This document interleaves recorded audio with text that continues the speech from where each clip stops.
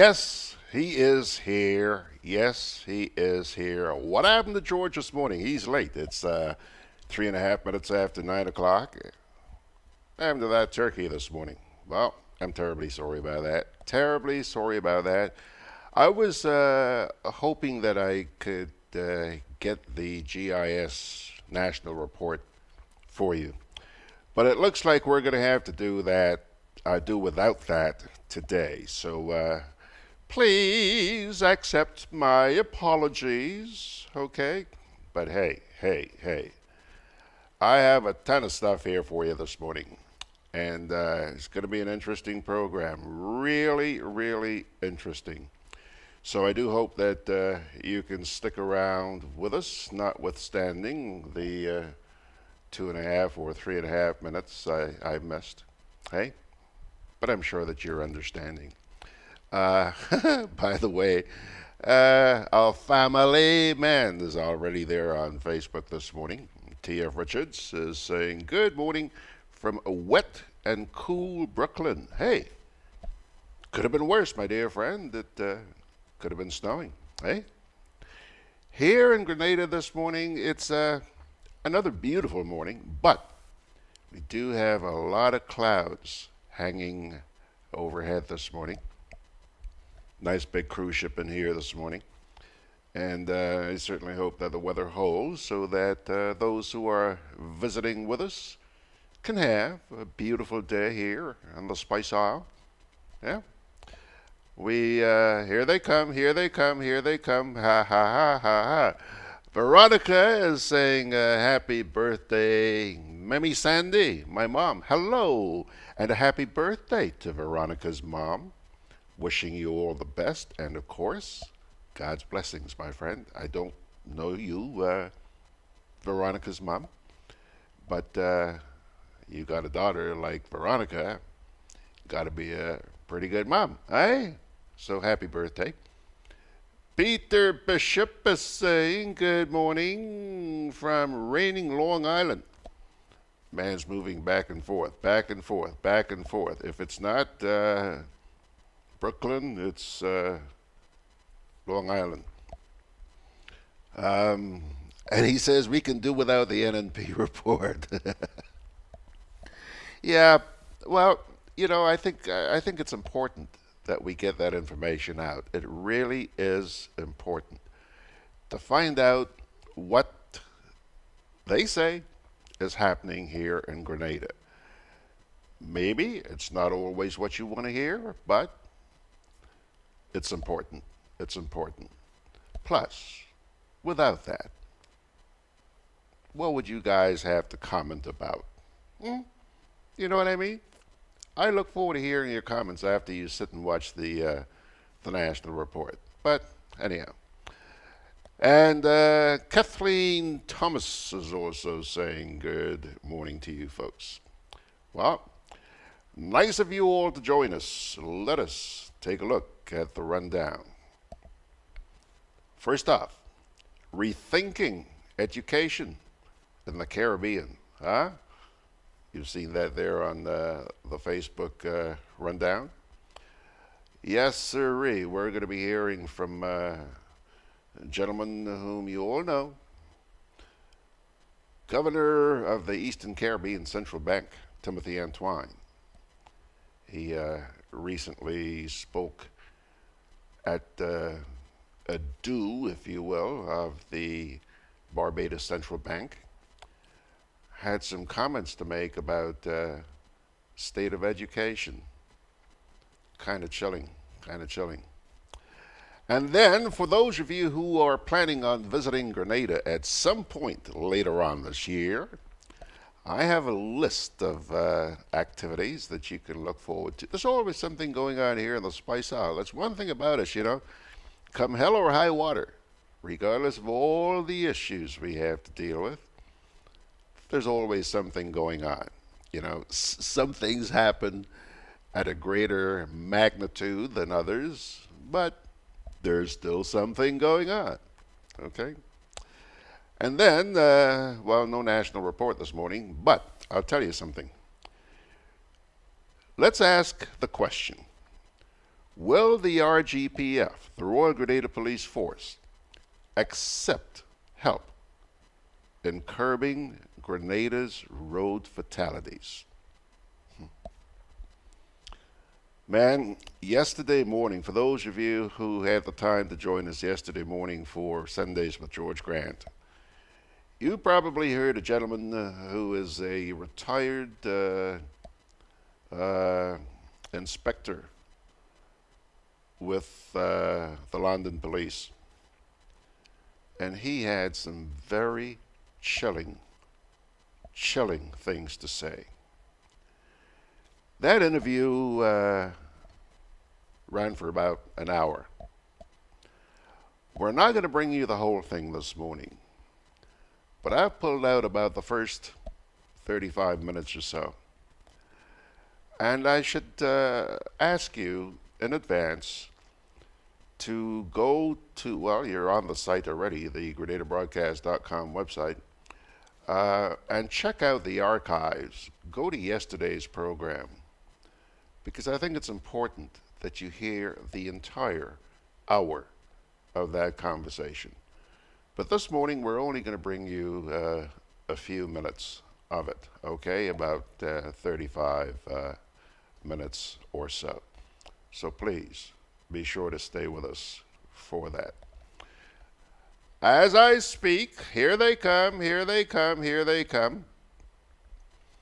Bernard Gilbert is saying good morning to you folks, and Peter says, you got a point, George. Let's have the report. I don't have. You're saying that because you know I didn't get it, eh? I didn't get it. And obviously there's somebody by the name of Peter Cox lurking in the shadows. I don't see him on my iPad here, but Peter is saying hi to him, and Veronica is saying thank you for my words to her a few minutes ago. And Fitzroy Adams is saying good morning to the rest of the class. Now, let's start about rethinking education in the Caribbean. Okay? If the region is going to flourish, it is clear that we're going to have to do something radical about our education system. Skills development will be absolutely essential if we are to curb the mass exodus of Caribbean people from leaving the region. They are leaving in droves. The irony, my dear friends, is that when compared to other parts of the world, we spend a large percentage of money annually on education. But it's not working for us. It's not working for us. Why? Bad planning and poor decision making.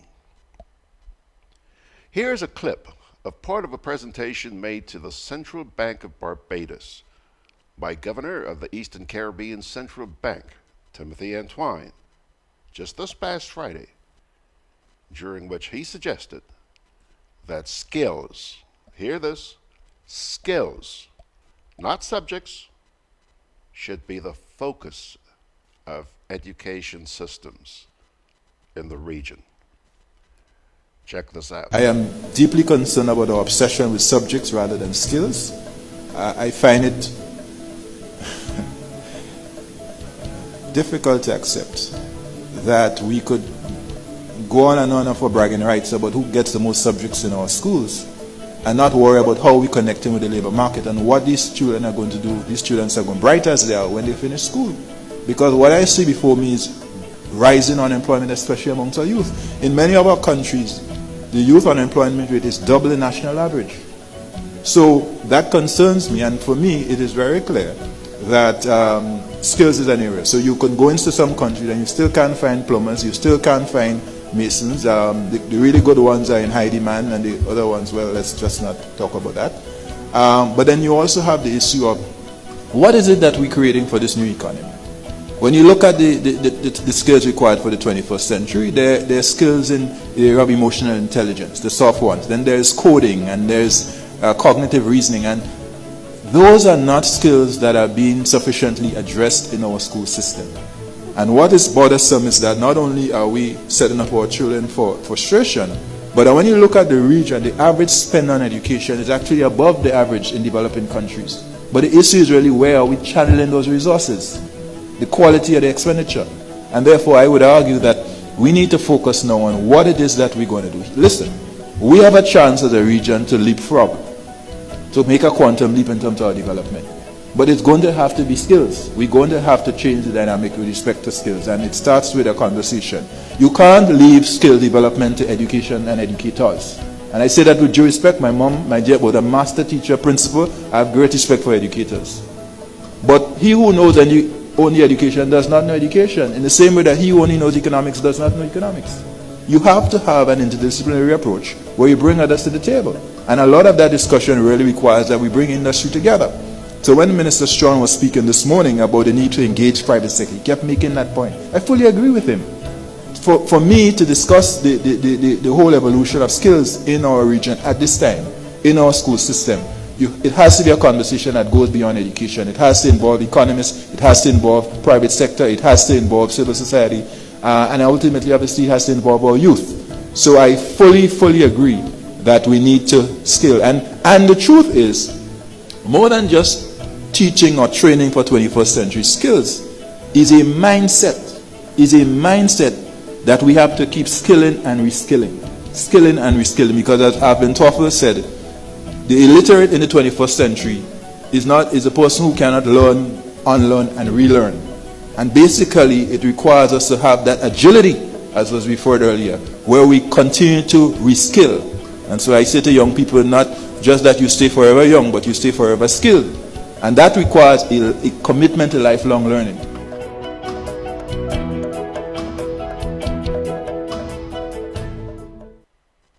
Now, do you think anybody is really listening? Words of wisdom there coming from Timothy. But is anybody listening? How many times have you heard people sit in these fora, with the Eastern Caribbean Central Bank and the Central Bank of Barbados and CARICOM, and this very, very eloquent words, and then nada, nothing happens. I do hope that what Timothy had to say this morning does not fall on deaf ears. Okay? Lincoln, good morning. Hello, Lincoln. He's wishing us all a wonderful day. Thank you very much, Lincoln. And Peter says the governor has lots of ideas lately. Yes. Now, for those of you planning to visit the Spice Isle sometime this year, I just thought I'd take some time this morning to sort of plant some seeds, if you will. Give you some ideas as to some of the stuff that you might be able to look forward to here in 2019. And let us start with the one-day internationals, West Indies versus England, February 25th and 27th. Just a week from today. Then on March 4th and 5th, you have the Carriacou Carnival. On April 13th, you have the 3rd annual Grenada Invitational Track and Field Meet. I'm not hearing an awful lot about that on the street, but hopefully it's going to happen. I think that that's one of the bright spots for sports in Grenada. And by the way, speaking about bright spots, hang on in just a sec. I want to tell you something that happened on, I think it was on Friday or Saturday. Hang in there. On April 26th, you have the 10th Carriacou Maroon and String Band Music Festival. That's on our sister isle, if you will. Then on May 5th, the fourth annual Uncorked Beer and Wine Festival. I've never been to that one. Uncorked Beer and Wine Festival, May 5th. On May 10th and 11th, you have the Petty Martinique Maroon and Heritage Weekend. Yeah. And you probably heard Sharon and I talk about that a few Wednesdays back. We're trying to put together a side to go up for that. Let's keep our pinkies crossed. My concern right now is whether or not my internet provider, Digicel, whether or not they can provide the service that we would really require. I don't want to go up there and, try to do the broadcast and then it's just, Don't want to do that. I want you guys to have something nice and clean, okay? So we'll keep working on that. On May 20th to the 27th, Flavors of Grenada Food Festival. Oh, I'm sure Margaret's probably licking her lips on that one. Flavors of Grenada Food Festival, May 20th through the 27th. May 31st to June 7th, the Grenada Chocolate Festival. Yeah, I know that some of you are also going, yeah. I'm sure that Magda Fielding, who's the lady behind this, Magda and her husband run the True Blue Bay Resort down there at True Blue. I'm sure she's going to be in here. She comes in here every year to talk with us about that. So stay tuned. Then, June 7th through the 10th, the Petty Martinique Whitsuntide Regatta. It's a lot of fun, I hope that one survives and doesn't go the way the Carriacou Regatta has been going lately. Have you seen what's been happening with the Carriacou Regatta? Can you imagine? They just celebrated their 50th anniversary just recently. And compared to regattas of the past, that was a dud. And that used to be such an outstanding event. I used to go up there and do broadcasts from there. Take a yacht, go anchor off Hillsborough, get on the streets at night, spend your time on the beach and snorkeling and whatever. Oh, it's just a fabulous thing. So go on up to Petty Martinique for the Whitsuntide Regatta, June 7th through the 10th. August 2nd to 5th, the annual Carriacou Regatta. Well, I just told you about that. I'm hoping. I really hope they can revive that. Pedro, aren't you from Carriacou?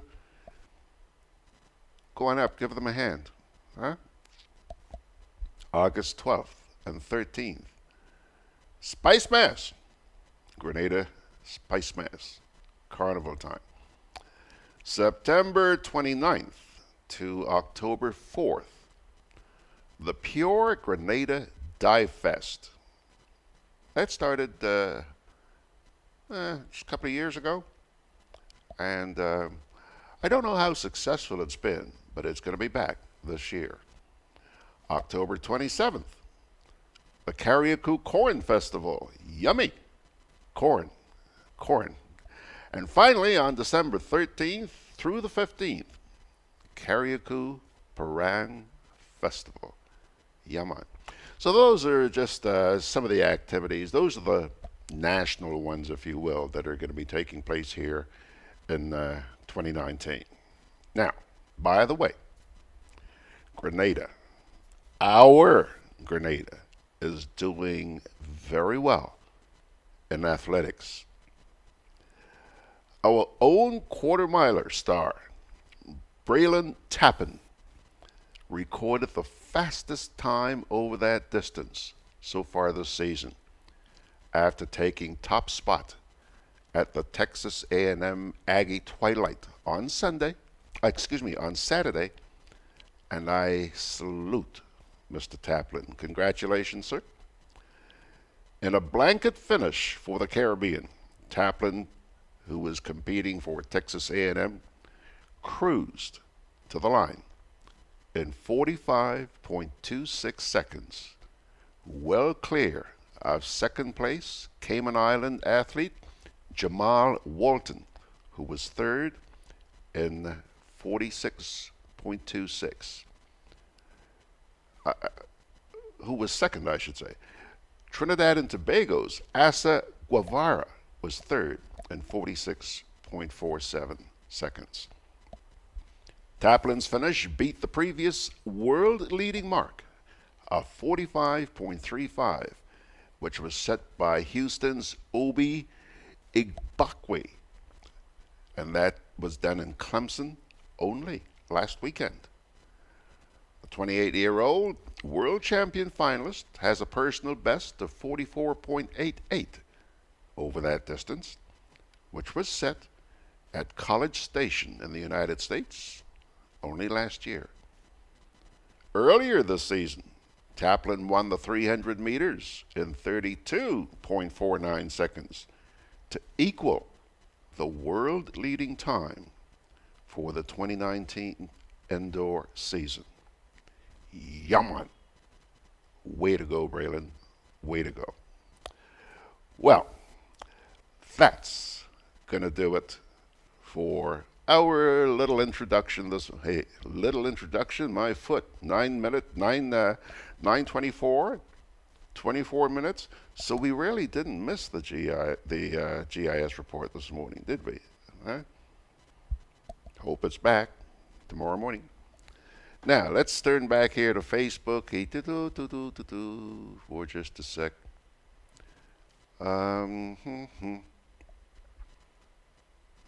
Bernard Gilbert says, the words don't mean nothing. All talk. Yeah. Sad story. Sad state of affairs, Bernard. But that is so often the reality. And he's referring to Timothy Antwine speaking to the Barbados Central Bank. Dennis Clark says, why should we bother about skills if we could see a few passports and become millionaires overnight? You're very cynical, Dennis. Very cynical. But a lot of people understand where you're coming from. Jennifer Myers says, good morning, George. Good morning to all our listeners. It's a holiday here today, but not for some of us. The wheels have to keep turning. Have a blessed day. Jennifer, where are you? Holiday. I'm not sure. I'm sure that Jennifer is going to tell us where they're having that holiday today. Send some for me.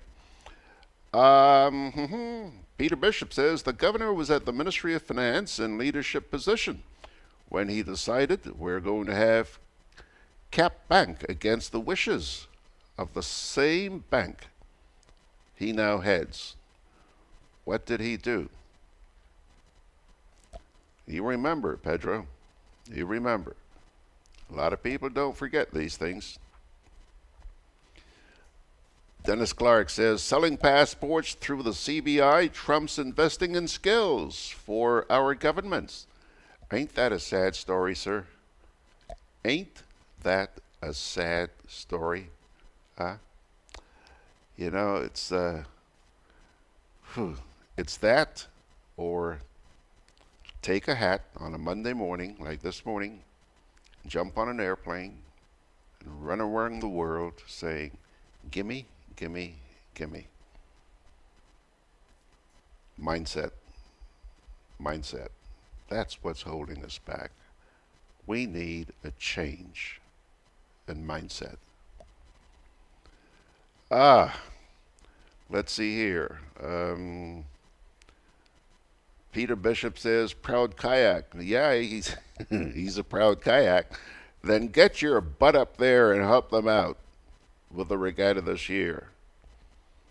Margaret Francis says, nah, I'll pass on that one. When it comes to food festival, prefer exploring foods and cuisines I'm unfamiliar with.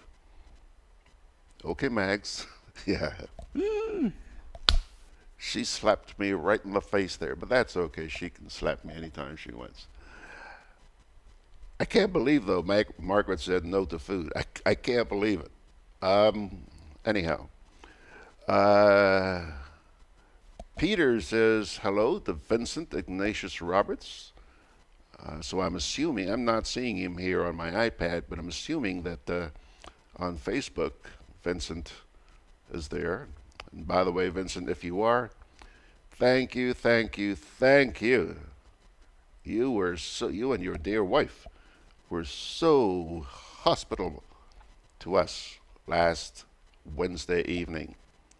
Kaluki is the name of the game. Have you guys played that? Kaluki? It's a card game. Intense, and the players have a hell of a lot of fun. I only sat and watched, but I'm going to learn. I'm going to learn. Not much of a card player. Give me things like chess, to some extent, drafts, Chinese checkers, Scrabble. Not really big on card games, but I do remember some as a child growing up. Suck the Well. How many of you play that? Turn Down Romy? Huh? Yeah, man. Used to play those games. Fitzroy Adams says, George, since this NNP government took over the Carriacou Regatta and politics became involved, the regatta went down the drain. I have no proof that that is what happened. I have absolutely none. But whatever, it is unfortunate to see what has happened. For those of you who have been to Carriacou for the regatta, you know what an outstanding event that used to be. A lot of fun. Real down-to-earth thing. Nothing fancy, Not a lot of bells and whistles. But a lot of fun and games, a lot of activities, and just a lot of camaraderie. And, just watching those boats out on the water, fun.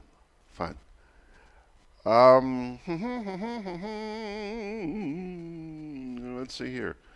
Benedict Cador says President's Day. Margaret says President's Day in the U.S. Okay. In other words, Trump Day? Oh, you people are so fortunate. So fortunate. I don't know. Okay, well, I certainly hope you do enjoy your President's Day. And Jennifer Myers says, George, I'm in the United States. It's President's Day today. Yeah, okay, thank you very much. Margaret says, Chinese checkers. Yeah, oh yeah, I played Suck the Well. Oh, you did. So you know what I'm talking about, girl. Hey, Marg, next time you're coming, bring some cards. We're going to play. Actually, I may have some cards there in the kitchen. I know that I do have Chinese checkers and chess. Vincent Ignatius Roberts says, you're most welcome, George. Anyone interested in learning to play Kaluki can contact me. Well, thank you, Vincent. I'm going to have to set aside some time for lessons, but let me tell you, check it out, folks. Contact Vincent. Vincent, if you want to put your number up there where they can reach you, by all means, go ahead. Benedict Cador said, nah, dead presidents. Oh. Thanks for clarifying that for me, Mr. Cador. Oh, yeah. You guys are commemorating the lives of past presidents. Okay. Margaret Francis says, oh, no. More like Washington and Lincoln's birthday. Okay. Yeah. Okay. You guys were quick to nix Mr. Trump, weren't you? Huh? Oh, boy. Thank you for the laughter on this Monday morning. T.F. Richards says, politics and greed are responsible for the demise of a lot of activities in Grenada. As Fitzroy said of the regatta, Another example is Rainbow City. And the list can go on and on. You know, TF, I understand what you're saying, my dear friend. The first weekend I spent after setting foot back here in Grenada was at that Rainbow City Festival.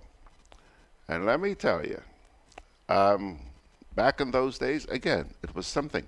But like so many other things here, so many other things. There's one event that I see seems to be really moving along. And this year they made a giant leap. And that's the Billfish Tournament.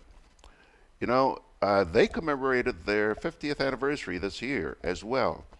And last year, I think they had something like 53 boats after 50 years. Well, let me tell you, did you hear? This year, they had 74 boats. Now that is a giant leap. And I do hope that it continues to grow.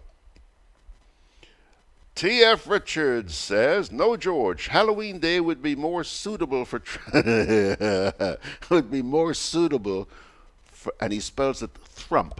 It's not Trump, it's thrump. Well, according to Mr. Richards. You guys are on a roll this morning, aren't you?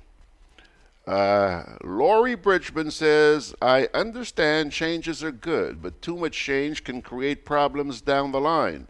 Not everything that sounds good is good." Facts check. Yeah, words of wisdom there from Laurie Bridgman. And finally, Vincent Ignatius Roberts is kind enough to give you his contact. He says you can contact him on Facebook at Gudday Grenada. At the @ sign, Gudday, and Gudday is spelled Kalooki, Grenada. Okay? Gudday Grenada. Okay, folks, gee whiz. 25 minutes to 10 o'clock. Where's the GIS report? Has anybody seen that? Huh? No? No, okay. Take a break and we'll come back with a very powerful, and I mean powerful, conversation. Tomorrow's future is here today. Friday, April 5th. Kirani James Athletic Stadium. National Secondary School Games. Run, throw, jump. National Secondary School Games 2019. Your games, your future.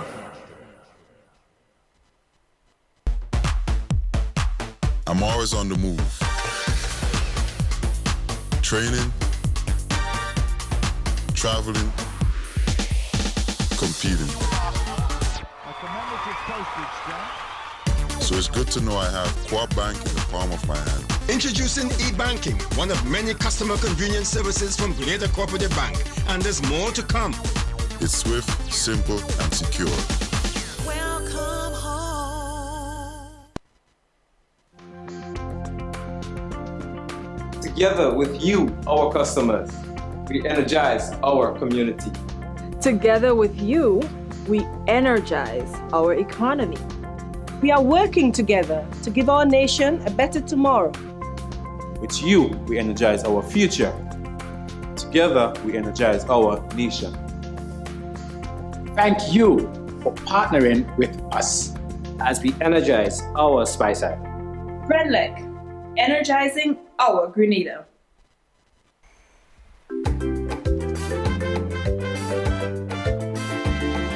Grenadian General Insurance Company, strength and stability. Grenadian General Insurance Company, tell your friends, tell your family. We cover householders comprehensive, motor and even fire too. Contractors all risk burglary, public liability, professional indemnity, directors liability, and wait, we still have more.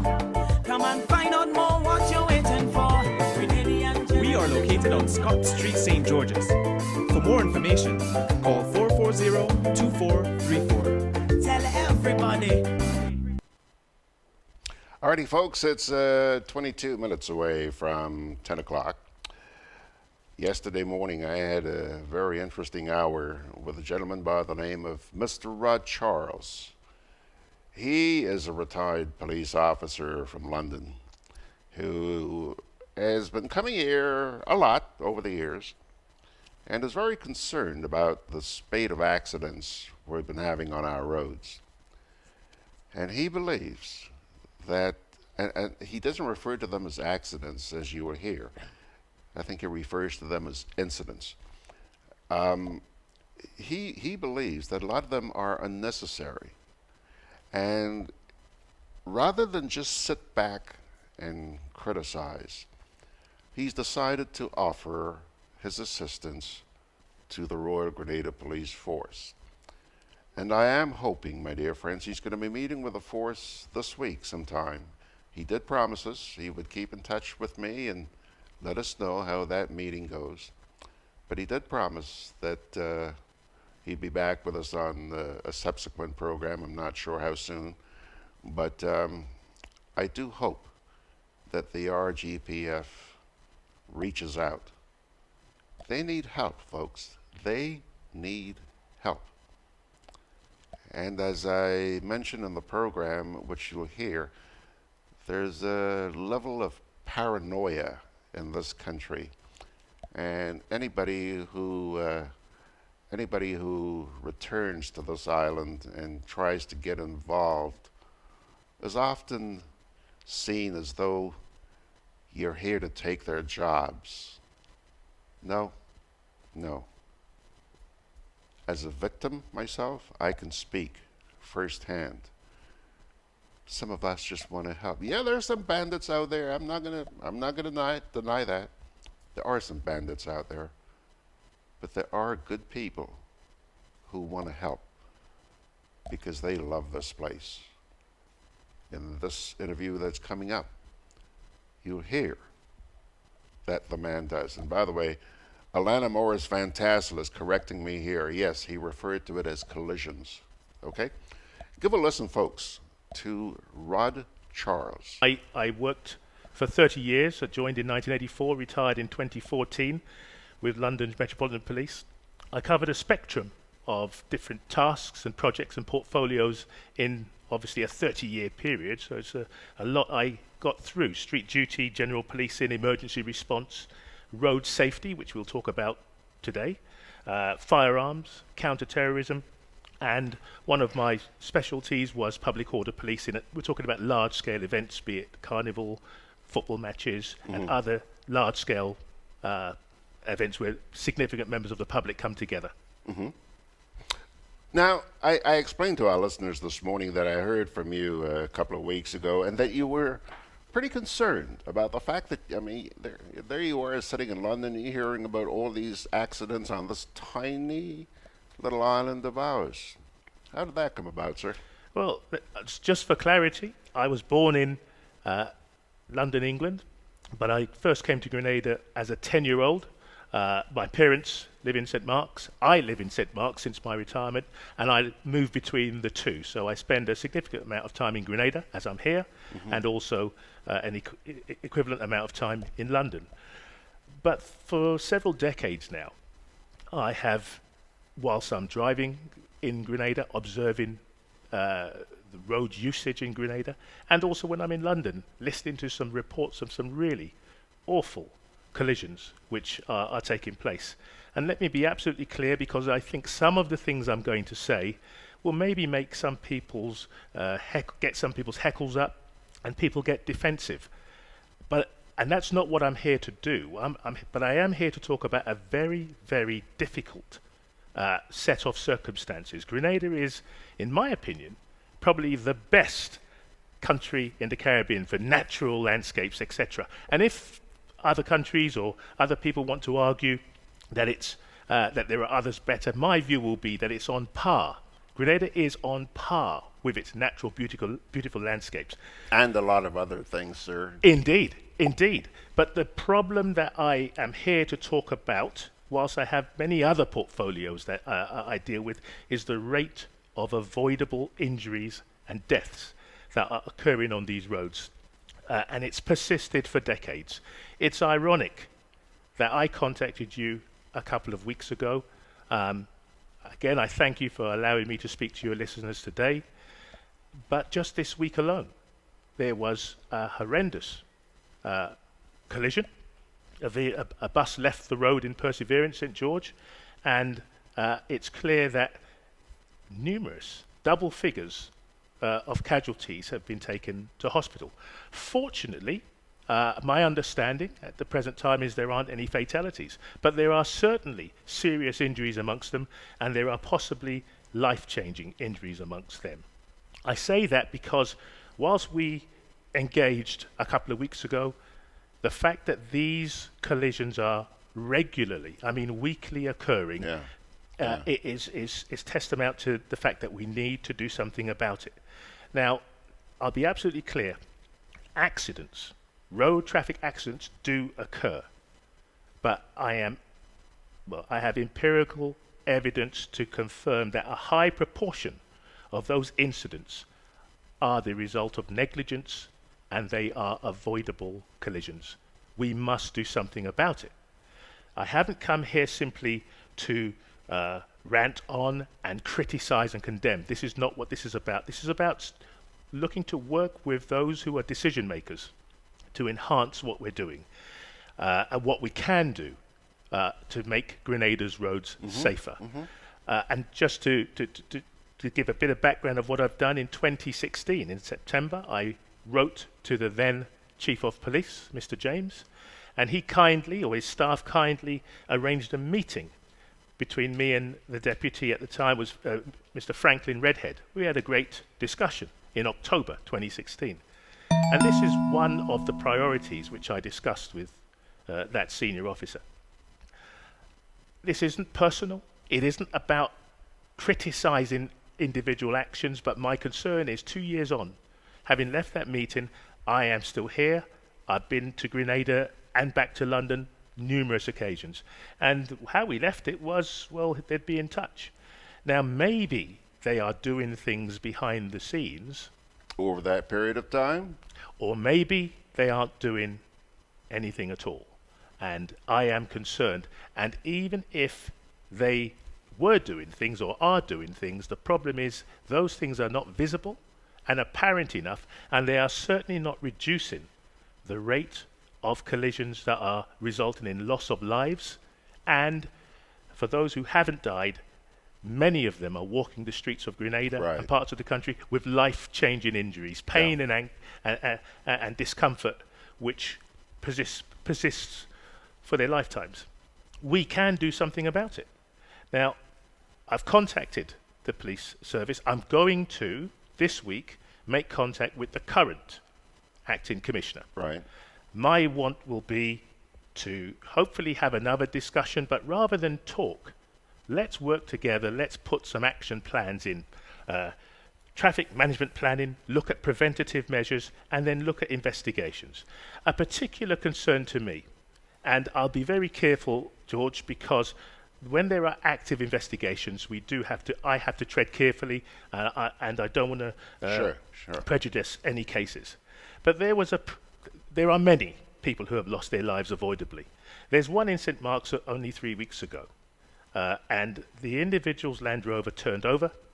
He suffered a head injury, was in hospital in a really terrible state, and then he has subsequently died. There are preventative measures that can be put in place to stop or at least minimize these collisions. But certainly, another concern for me is the standard of investigation post-incident. Now, I know, having seen the deceased vehicle is back in his Land Rover mechanic's yard.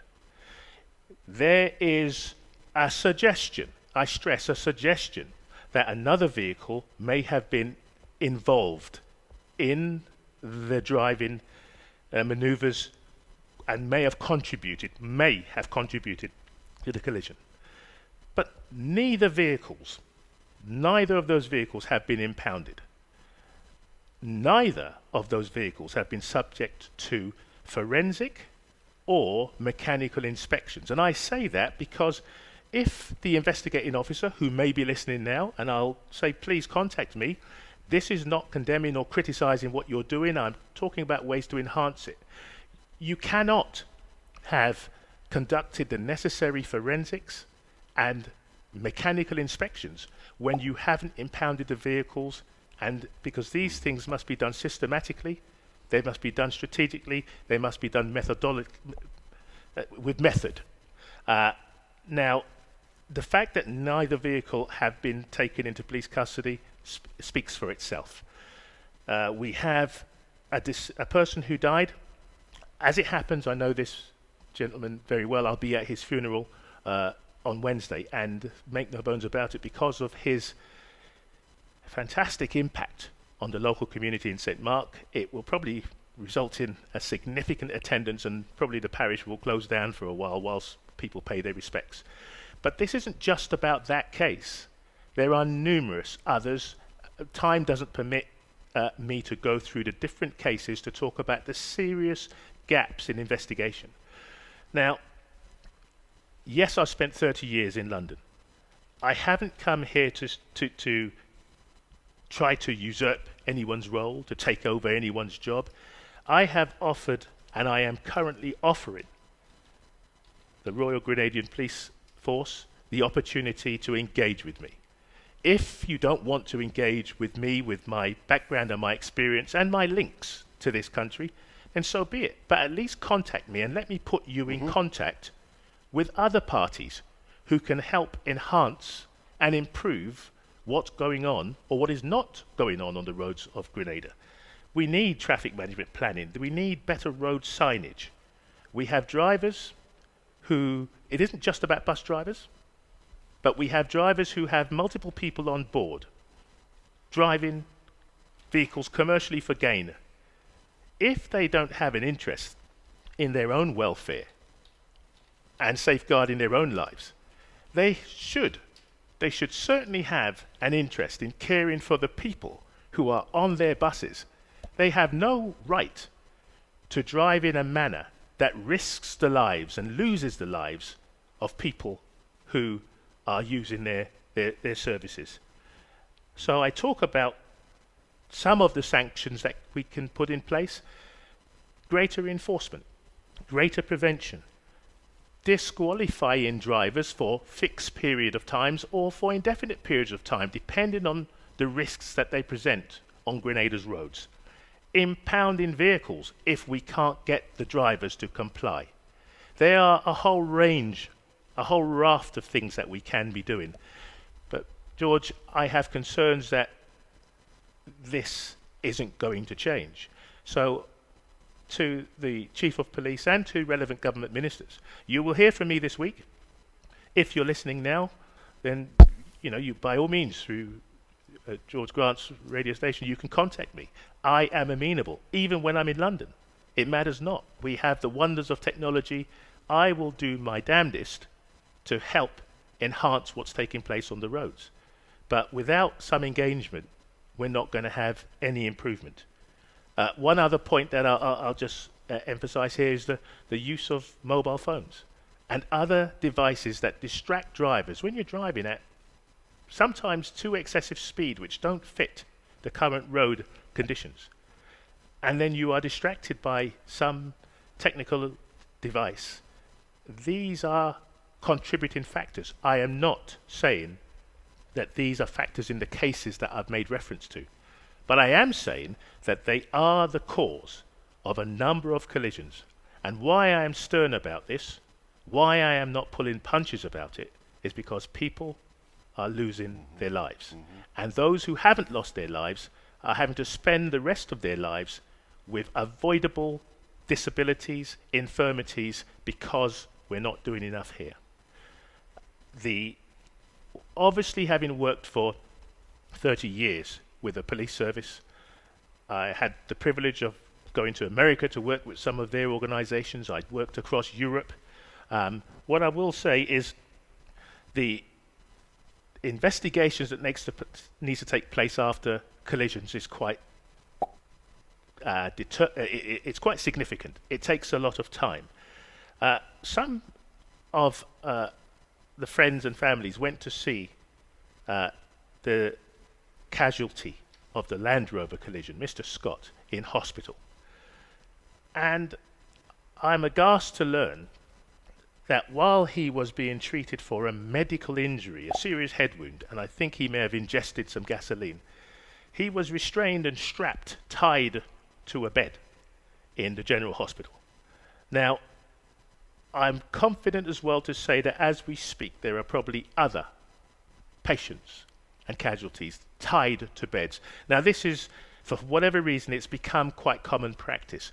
Some may say, well, what relevance is there to road traffic safety? But it's linked. This is about the care and the recuperation of patients. In my time, I have dealt with numerous psychiatric patients who, as a last resort, will be physically restrained. In the General Hospital at the present time, there are casualties, medically ill, not psychiatrically ill patients who are actually strapped, restrained, and tied to their beds. And even in this week alone, speaking to one or two people, just a dip sample poll. I won't say names of the people involved. Fortunately, not all of them have passed away. But at least 5 that I have on my list here have died. I'm not saying it's because of the medical care. I'm saying that it is barbaric and it does not happen in other developed countries. Grenada is a developed country. Grenada is smaller in scale. It doesn't have the finances of other countries. But we are restraining, strapping, tying medically ill people to beds. And this practice must stop forthwith. There is no justification for it. It isn't going to assist somebody's recovery.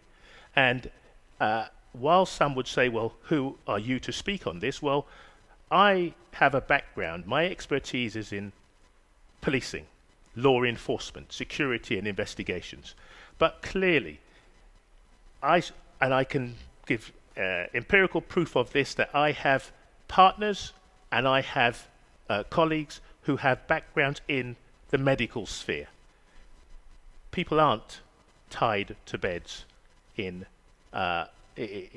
London or any place in the United Kingdom. Quite frankly, if there was a case of a person tied to a bed in the UK, I'd say as America as well, but I don't spend a lot of time over there. If there were cases, I will tell you that the doctor who has given the decision to do that and the nursing staff would face prosecution. It is barbaric and it has to stop because it doesn't apply elsewhere. It will not help casualties in Grenada to continue with this practice.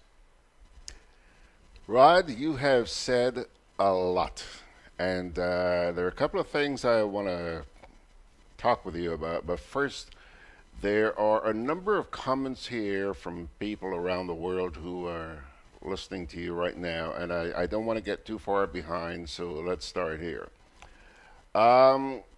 Ryan is a Grenadian who lives out in Orlando, Florida, and he comes to your line, says, Officer, I drove on Grenada roads on my October 18th vacation and find island drivers reckless and negligent. Grenada drivers love to overtake too much. Traffic police monitoring reckless drivers in Grenada and giving costly moving violations. And about the restraints, he says patients die in restraints. Okay, that's Ryan. But there are other people out there. Kipling says, the plain truth is lots of Grenadian drivers just cannot drive. Quite a few buy their license. And this is something that's been talked about here in the past. This is nothing new. I have no proof that that is the case, but it's something that's commonly talked about in this country. Alana Morris Van Tassel says, what are we talking about? The dangerous taxi drivers in Grenada? Ha ha! She sees a little humor in that. Peter Bishop says, the gentleman knows his stuff. I wish him the best with his meeting with the RGPF. But Grenada is a talk shop society. Only talk and little follow-up. Rod, that's an ex-police officer there. That's an ex-police officer. I cannot disagree with anything I've heard today. And it's sad that I cannot. I ain't through with you yet, sir. Ernesto Jose says, how can the police investigate the police when lots of the buses are owned and driven by themselves? You're nodding your head. Kipling says, the high cost of living, the high cost of gas, so much on one's mind while driving. That's a lot to cope with. And Margaret Francis is listening to you in New York right now. And she says, Rod, he is right. Restraining patients is considered abuse. This woman is in the healthcare system in New York. It is a practice that must stop forthwith. It must stop right this moment, because it isn't a one-off occurrence. It is ongoing. I find it disbelief until you see it yourself, and then you think, well, goodness me, how can this continue? Because it doesn't apply. It cannot apply elsewhere. Therefore, whatever medical arrangements, whether medical procedures they have elsewhere, then we need to adopt them here. I've talked about the support and the work I want to do with the police service to safeguard the roads. I am not a medical practitioner, but I know people who are, who have the expertise, and they can give advice. Nobody is coming here trying to take a job to remove a person from their role. You keep your role. You keep your status. But what you do need to do is to consult those people who have a different way, who have maybe a different depth and breadth of experience to assist, to enhance what's taking place in Grenada. There's a saying which I used to laugh about as a boy and a teenager and a young man growing up in Grenada. They say that if you can drive in Grenada, you can drive anywhere. And in the last few years, there's no more humor in that for me. I find it dismissive, and I find it offensive. I don't joke about it anymore, because the casualties, the deaths, the life-changing injuries, they're too serious now for me to continue to joke about stuff which isn't true. Fantastic mountainous roads in Grenada. It's a unique drive-in terrain. But when you drive recklessly here and think that covering speed and putting lives at risk means you can drive anywhere else, if you were to try to drive like that in another country, again, robust prosecution and sanctions would follow. You would be removed from the road, your vehicle would be impounded. And in the event that that doesn't stop you, then you would be incarcerated. That's what would happen, because what's taking place on the road here is scandalous. If in the intervening time between me talking to you today and if the RGPF deign that they want to talk to me, that will be fantastic. But I am absolutely confident that in that intervening time, there will be more casualties. So let's do something to help remedy the problem. I haven't come here to say, look, I can talk to you and change it in a heartbeat. What I have come to say is, we can change it. And whereas some will say, well, Grenada doesn't have the money, I have 30 years background. I have the experience, the skill, the knowledge, the training packages. I trained officers in London. I can train officers here. And better still, not worse still, better still, I have offered to do this at virtual nil cost, because I have an affinity and links to Grenada. So I have to ask myself, why won't people engage with me? Why won't the powers that be engage? Maybe they're content with what they have here. That's part of it. And let me jump in here. I hate to interrupt you, but I have to jump in here because, Rod, there is a paranoia. You know, I don't think you're coming here asking to take anybody's job away from them. I don't get that feeling. However, I'll tell you, I've been back here 31 years. I lived in Canada, and I was treated as though I was here to steal somebody's job. There's this paranoia that, you know, people from the outside are here to take out jobs, when all you want to do is help and ask for nothing in return. Okay? There's a note here from somebody named Penny C. Penny C lives in northern Quebec. She says, Mr. Charles, as a frequent visitor to Grenada, I always shudder at the prospect of being crammed way beyond capacity into the local buses. Where is the safety? Not to mention the driving habits of not all, but some drivers. Absolutely. Yeah. That's on Rumble Chat. Grantus King Lion says, safety is not a friendly word in Grenada. Yeah?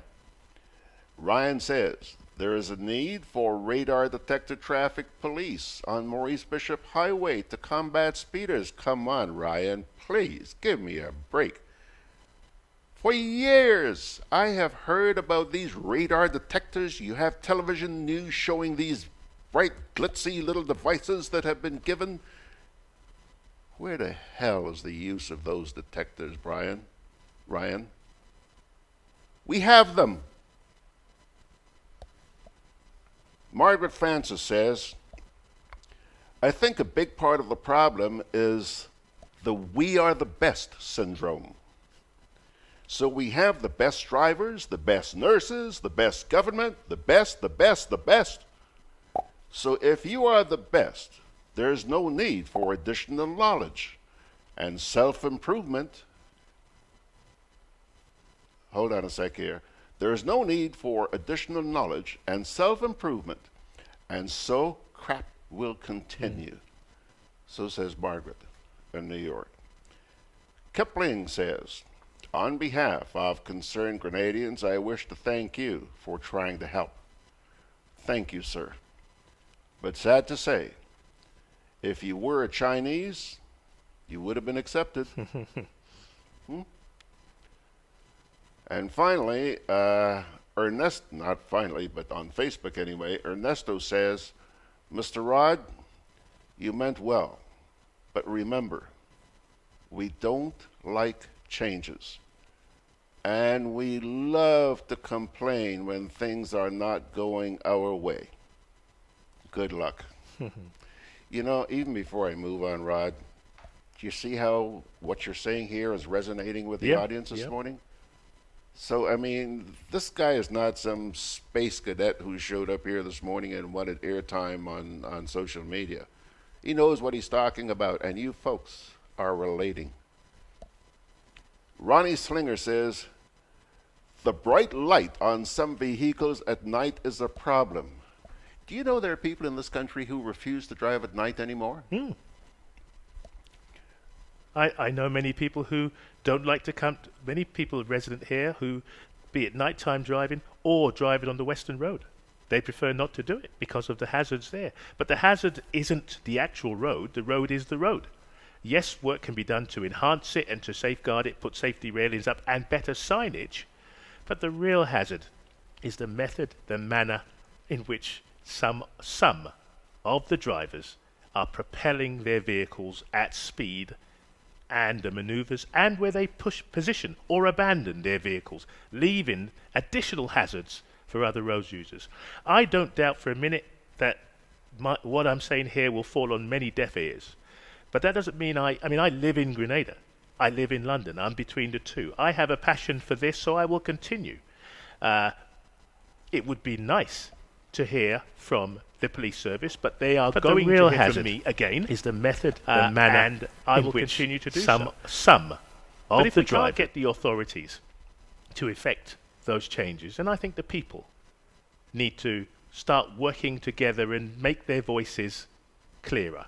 Some won't want to, it may be deaf ears for some, but the bottom line is those listeners now will know people who they lost.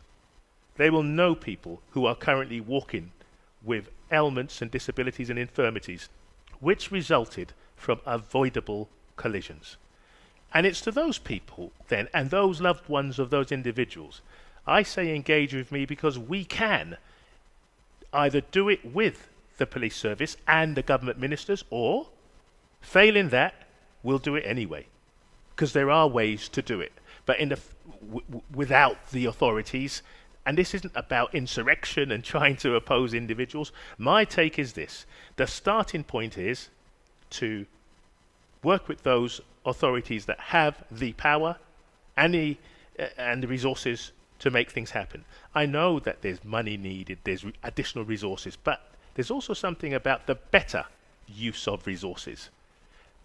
Patrolling officers. When officers are patrolling, how do we brief them? What tactics and training do they have? The technical instruments that we spoke about is part of the problem. I had a gentleman strike my sister. I was driving my sister's car. I had a plumber in with me, driving down to St. George. This is a year ago. And he overtook me, cut in too soon, and hit the offside front of my vehicle. And he was off like a light. I thought, goodness me. So I followed him, and he got stuck in Happy Hill, fortunately, and I was able to block him, and I, as good as, detained him. I had his keys for his vehicle, and then I learnt he was an unlicensed driver. True story, true fact here. He pleaded with me to let him go. I don't know if it was the way I spoke to him, but he gave me his keys and realised that, I'm just a normal visitor like him, or another resident like him, and he wanted his keys back, but they were in my pocket, and I thought, well, the only way you're going to get them is if you tried to take them, and that wasn't going to happen. We were there on the road for about 30-40 minutes, and the police officer, whose number is clear here, I won't embarrass that officer, came past on a motorcycle. The errant driver panicked and pleaded with me, listen, I'll do whatever, I'll try and make amends. I told the officer, this is a fail to stop accident, or collision. I don't like the term accident, because these things are not accidents, they're avoidable collisions. And the officer, having explained to the officer that I had to pursue this driver for almost a mile to get him to stop, the officer said to me, well, this isn't his patch. He'll call another officer who will report the collision. And I realized, you know what, I will have to deal with things myself, even though I'm retired, and even if I'm not retired, I have experienced it, but I live in Grenada, and so I got the guy to pay for the damage to my vehicle. But this is a case of an individual who had no license. I had the guy stopped, I had his keys in my pocket, and I had a police officer in uniform turn up on a motorbike. And if the commissioner wants to talk to me about it, I will tell him the officer's collar number. But the officer said it's not his jurisdiction, he'll call someone else. You won't be surprised to know, George, nobody turned up. But Grenada, as we know, is 21 miles long. It's 12 miles wide. It is not 110,000 people thereabouts. It is not a massive area. When an officer comes across an incident of this kind, then the onus is on them to be professional and to deal with it. Fortunate for me, I live here. I know Grenada well for many, many years. If this was a tourist or a visitor, they would be at a loss, because that officer's response would, I dare say, have been the same. He could say it wouldn't be, but I think, well, why not? I'm a person who told you. And I explained to him, this wasn't a straightforward touch collision and we stopped. I had to pursue the guy who was like a bat, out, like trying to fly away from me, but I know the roads, and I managed to stop him. I'll stop there because, as I say, this, George, it's not about me. But why I give that story, and I could give others, is because I want the public to know that I haven't just turned up here to talk fancifully about things. I'm talking about things I've observed and experienced myself. Rod, let me assure you, the public knows. you're preaching to the converted. to the converted. Okay? They know. They know. I want to touch on a couple of things. You mentioned the limited resources. You know, for many, many years, I worked very closely with the police, trying to create an environment of public relations where I wanted the public to feel comfortable with the police and vice versa. I am now convinced that this goes way beyond a lack of resources. It's a mindset. It's a mindset. I think you're right. Let me tell you something. I talked within the last month anyway. I spoke about an incident where, on a crosswalk downtown near the Ditchercell on Melville Street there, I almost got run over by a car that had come from the tunnel. Okay, while I'm on the crosswalk, there are two police officers, one with bars. They were totally oblivious to what happened. They're standing at the crosswalk. A pedestrian almost gets run over, and they like nothing happened. Okay, it's a mindset. It's a mindset. On Rumble Chat here, Isaac says, we're having too many accidents on our roads, especially in recent times. Some drivers are without proper driving licenses, having purchased their driver's licenses. Only recently, police officers were charged for selling driver's licenses. Charles, I would suggest that you speak to PM Mitchell. So says OP. That's a good idea. Yeah. It's a good idea. Ryan says, Grenada drivers blind you at night with blazing LED headlamps. So you pull off the road and let them go by. And I do let them get in front of me. Okay. Bernard Gilbert says, too many lying excuses at the top. You know, I mean, I'm not surprised at the reaction you're getting here this morning. I'm not, you know. And when people like me speak out, you're subject to persecution, victimization, ostracization. I've lost a radio station for speaking out. Do you believe what you heard? Yeah. Yeah. Let me get, because we're running way over time, let me get directly to your reaction on Facebook. Veronica Sandy says, reckless driving. It is sad. Benedict Cador says, reckless driving is a problem. I was home last August, took a bus to Wester Hall, and the driving up by the prisons was so reckless that my wife promised never to ride that bus again. Peter Bishop says, sad state of affairs on our roads. Hope the RGPF will give him a listening ear. Laurie Bridgman says, I'm not saying that the gentleman does not have some good ideas, but we don't have the resources. Second, I hope we are not trying to make the island an English state. First, he must make a move and donate some traffic signs, and we will start from there. No more English policing. We need resources, not more foreign laws. Laurie, I'm going to take you to task.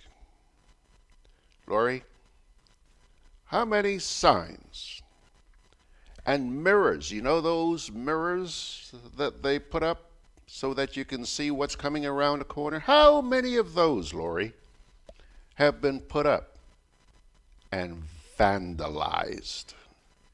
before our very eyes. Please, get a life. Margaret says, Margaret says, Laurie Bridgman, you can't be serious.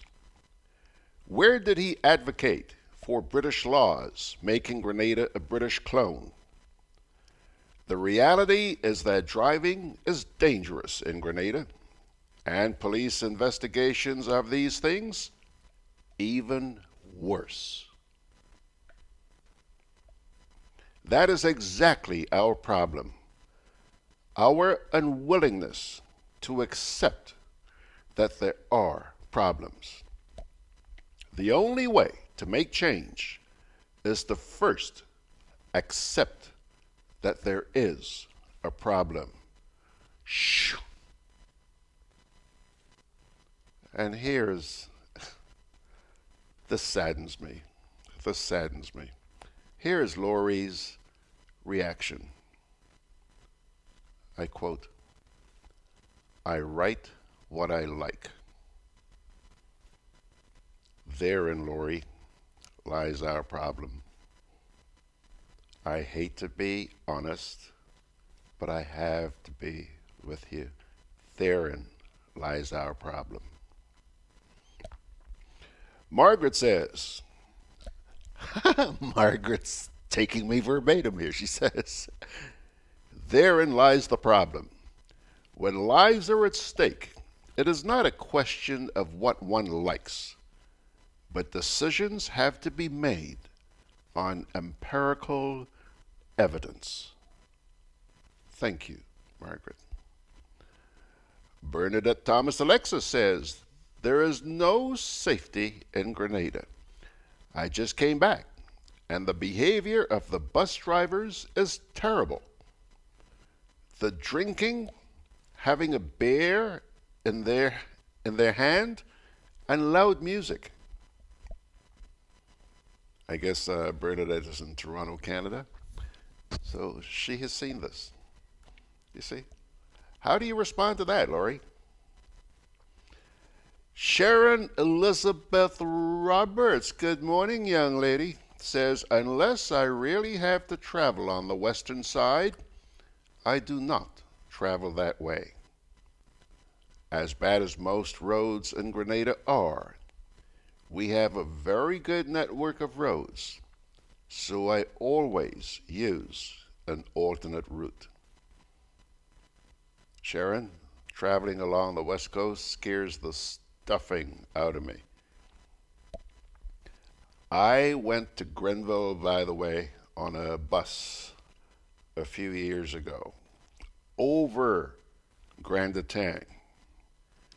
And when I arrived in Grenville, Sharon, my diapers were soaking wet.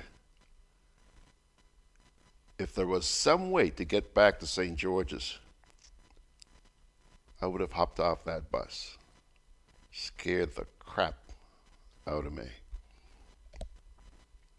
Laurie Bridgman says, only when we travel and come back, everything in the country is bad or wrong. Laurie, that's not true. Laurie, please, please, pretty please. That's not true. Bernadette Thomas Alexa says the traffic department has to do better than that. The pedestrian crossing, you can't cross because they don't want to stop. I know. You know, the pedestrian is in Toronto. If you want to cross the street at a pedestrian crossing, you stand on the sidewalk right where the crosswalk is, and you point to the crosswalk. And any vehicle who does not stop is in the doghouse, okay? You try that here. You don't have to get somebody to bring you lunch because you'll be waiting a long time. And even when you do start across the crosswalk, big deal. Laurie Bridgman says, wise up, my people, too much scam. Laurie, I hope you're not referring to what you heard here this morning as a scam. That would be very unfortunate, very, very sad. When you look into my eyes, you're looking at somebody who's a very strong proponent of freedom of speech. But Lori, you disappoint me. I have to confess. You disappoint me. In the same way, I have given you the freedom to say what you want. Here. I think I reserve that right as well to share my feelings. I'm disappointed, and that's all I'll say. Veronica Sandy says, Granatang is the worst. I don't like, Veronica, you know what I mean. She says, I don't like it. You understand. You've been there. Oh boy, oh boy, oh boy. Well, as I mentioned to you earlier on, this gentleman is supposed to be meeting with the police this week, and I am also looking forward to getting an update from him as to how things go with that meeting. Pilgrims, let's take a little break here, and we'll come on back. Juve chocolates, cocoa nibs, and cocoa balls from Diamond Estate Grenada are now available at Amazon.com, Amazon.ca, Amazon.co.uk, and GrenadaMarket.com. Try their sensational touch of nutmeg and a touch of ginger chocolates, 75% dark and rich, 100% pure cocoa, and their 60% dark and sweet chocolate bars today. Amazon Prime members enjoy free shipping on these orders in the USA, Canada, and Europe. GrenadaMarket.com. When you can't come to the island, the products of the island will come to you.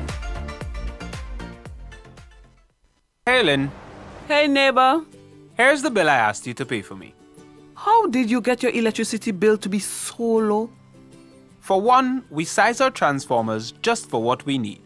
And we unplug transformers, chargers, and other devices when they're not in use. We also replaced our light bulbs with LEDs. They burn less energy, right? Much less. I even replaced the seal on my refrigerator door to keep the cold air in. And Grenlec is always advising us not to open the fridge too often. That's right. And my family washes and irons in bulk. With fuel prices changing all the time, how do you know if it is working? We pay attention to the usage history table. Over time, our average usage has decreased. So while Grenada can't control fuel prices, I can conserve energy and save money. Grenlec, energizing our Grenada.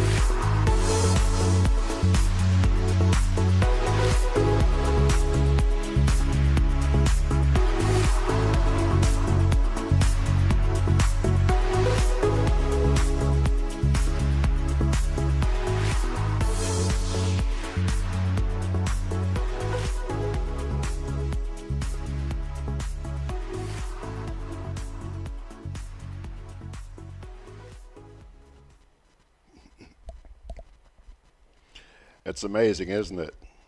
Even without the GIS this morning, we have now gone just about an hour and a half. Can you believe that? That's the way God provides.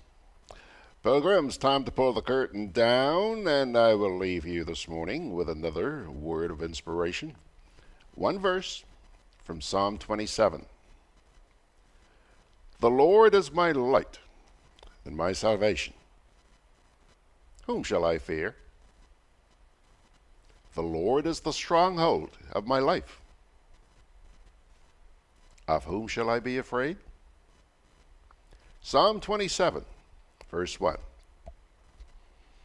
On that note, my dear friends, hey, thank you so much for keeping us company here this morning. And of course, we assemble here every weekday morning, 9 to 10. And that's when we bring you Gudday Grenada. Looking forward to seeing you tomorrow morning at the same time. God bless you.